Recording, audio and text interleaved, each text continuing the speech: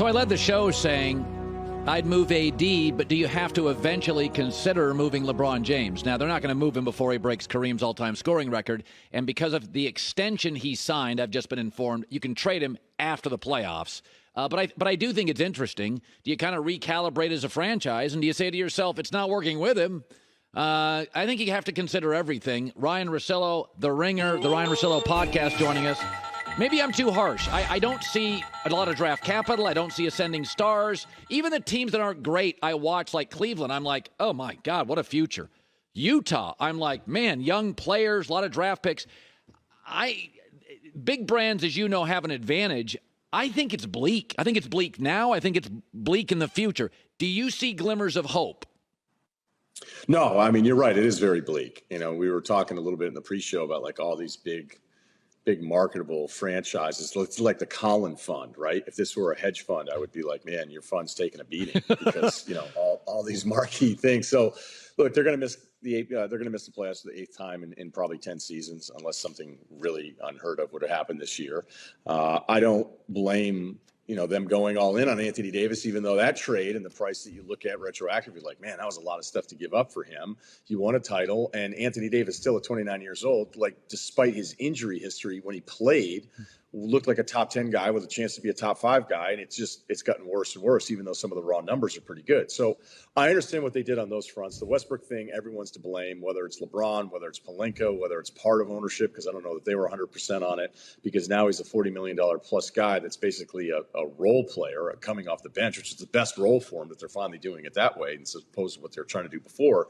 But I mean, this is kind of just what happens. Like, you don't have, just because you're the Lakers, you don't have the right to always be good and always be competitive. And the window's a lot smaller and the future's a lot worse because Davis is looking like a terrible bet as he ages out here, which I'm one of the biggest Davis supporters, Colin. I understood some of the flaws, but this is like the worst case scenario of him. Yeah. And he was supposed to help carry LeBron into this later phase of his career, and that's not happening. Yeah.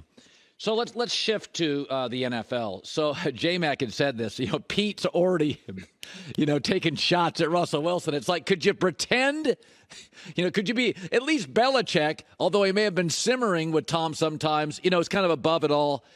What do you make of that? Like Pete Carroll publicly, like this is the 3rd shot at Russell. What do you make of it? First of all, I love it. Okay. I love it because, look, you want to talk about stock? Like, I was very early on. Every time I would hear Russell Wilson talk, I'm like, what is going on here? Like, why is this going? Like, what? This is like, it was the rule of threes. Like, he would say 3 things and then he would sort of laugh at you and be like, do you even know how you're finishing your sentences? Like, this is crazy. And yet he was winning all the time. And he's an awesome quarterback. I always defended him as a quarterback. But what you're realizing now is that when you were in the building with him all the time, forget what we saw. When you were in the building with him every day, it was probably tough to deal with, okay? Yeah. But you could accept it because he was such a special quarterback. Just this season, we're not even halfway through the season. Carroll's mentioned something for, like, as you said, the 3rd time, the wristband thing. Tyler Lockett, after they won a game, was like, it's kind of great when no one cares about the credit. You had a podcast with your guy, Richard Sherman, and Marshawn Lynch, joking that they wanted to reach out to him, but they couldn't get in touch with him because they had to go through a manager. Like, just we had Tucker, the kicker from Baltimore, making fun of Russell Wilson on a plane. Like, a kicker was making fun of this guy. So I think this is a collection of that. It got really tough to deal with. And Russell Wilson, the same as like Aaron Rodgers, when they complained about their plight, I'm like, man, you need to be on a worse team for me to have more sympathy for you. And the Seahawks still were winning games. And because it wasn't all about Russell Wilson, it wasn't all about the growth that he had for himself. You know, look, it's cool to be driven, man. And Russell Wilson's an incredibly driven guy. He's incredibly successful. You know, I don't know what's going to happen. I can't believe he's going to continue to be this bad as he's been in Denver, Colin. But like, his movement out of there was about making it more about himself. Yeah. And if you're his coach and you're his teammate, you're like, you know, for the most part, this all kind of worked. But because you're not winning MVPs or you're not chasing Brady, like, we're the problem. So I have no issue with it because I think it's very honest, and it's probably a very reserved version of what this relationship was really like, with somebody that was thinking about himself more than he was thinking about the team. Yeah, that's a great point. We've had 4 different, you're right, we've had 4 different comments, all on different aspects. And generally speaking, it's hard to criticize somebody publicly. So when people are willing to come out publicly and drag Russell a little, there is truth to it. Now, I said something yesterday, and I don't remember all of it, but I said... Already? Already. I mean, we're a day out. I don't remember. But I said it is weird. Hey, it's 15 hours a week, you know. Yeah, it's a lot. I'm very busy. Right. So, sorry. Dodgers this year. Best regular season team ever. First round out. There was a Tampa Bay Lightning team, if I watched hockey. Best team ever. Swept first round. Ravens 14-2. Caught fire. Couldn't win a playoff game. Phoenix Suns last year. The regular season's not the playoffs. It's not. I mean, Peyton Manning says there's 3 seasons. Regular season, divisional games, and playoffs. He's like, it's totally different. And I look at Philadelphia, and I'm like, they're not really playing from behind. There's not a lot of close games. That's what the playoffs are. Like, I love what I'm seeing, but if it unraveled in the first round, would you be shocked?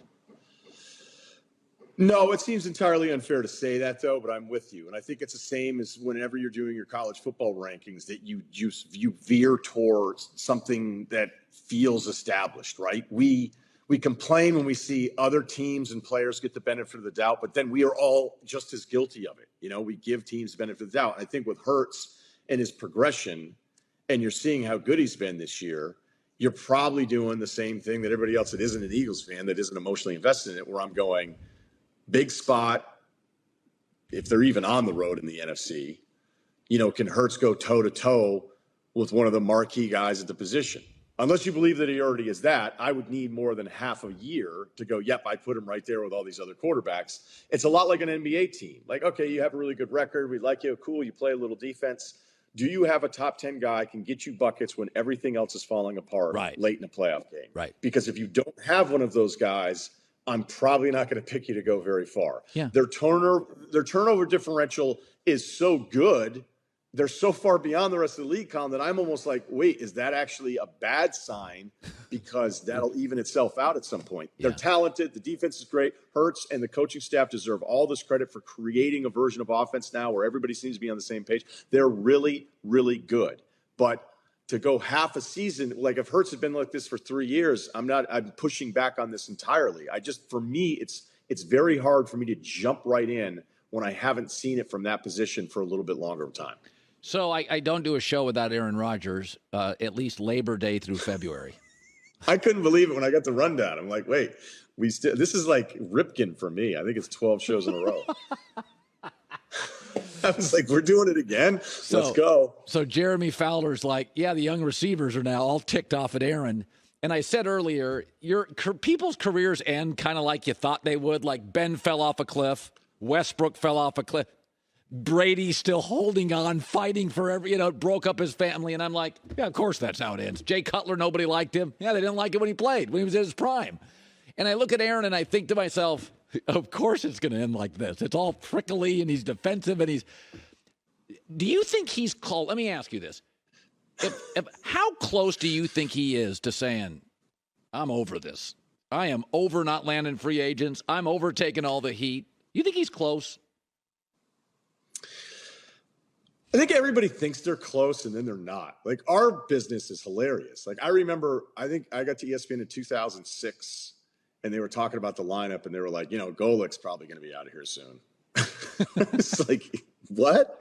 You're like, yeah, once his kids are out of high school and everything. It's like everybody thinks they're leaving these awesome jobs and then you never do. So every NFL player I've ever known, they all want to retire after February, right? And then they start hitting the weights and then they start thinking about like, man, and then July, then they're back to it and they miss it, all this stuff. So like Rodgers has done a great job of crafting this story that he's had it so bad. What I love about this is that the receivers, like millennials, like somebody said something to me the other day, and I'm not trying to be like old guy millennial, whatever. Somebody said something the other day. I was like, well, I'm just speaking my truth. I'm like, what the hell does that mean? Like you just rebranded somebody being honest with somebody else. It's supposed to be this insightful revelation. Be like, no, man, you can't push back on this because I am speaking my truth. I'm like, what if I think your truth is nonsense? So the point is, like, I love that the younger dudes on this team got this story out because they were like, we're sick of this. Like every week we're losing and you're just dogging us the whole time and you weren't in training camp. So maybe it'd be a workforce dynamic that could drive Rodgers crazy, but I I always think people float this stuff out there, these people at the top of the business, the people that are incredible in their industry, and they start thinking like, hey, man, I don't need this anymore. Like, I gotta go do something else. And then the reality of like, what's the other thing that you're going to do? Like, what's the other thing that you're going to do that's going to be awesome? You know, and unless it were Jeopardy, which was ridiculous, like, oh, man, he really grinded. He was, you know, it's like, I don't think these guys ever really truly want to leave until they're told they have to leave. Yeah. Yeah, I said on the air last week, I'm dying on the air. I'm not going anywhere. Yeah, I mean, you're like throwing low 80s now. You're Jamie Moyer on the air. But, you know, you're getting guys out. And I've had a couple drinks with you. You're like, you know, not for long. And then I see something, you re-sign a new deal. So you're the same guy. You and Rodgers are more alike than you ever realized. And Ryan knows me. He actually does. All right, buddy. I may stop down in MB tonight. If you're around, let's grab a beer. Good seeing you, my man. Hi, everybody. Thanks for watching. Subscribe here to get the latest from the show. Also, be sure to check out more of the best clips from The Herd or go watch a few segments from other shows on FS1.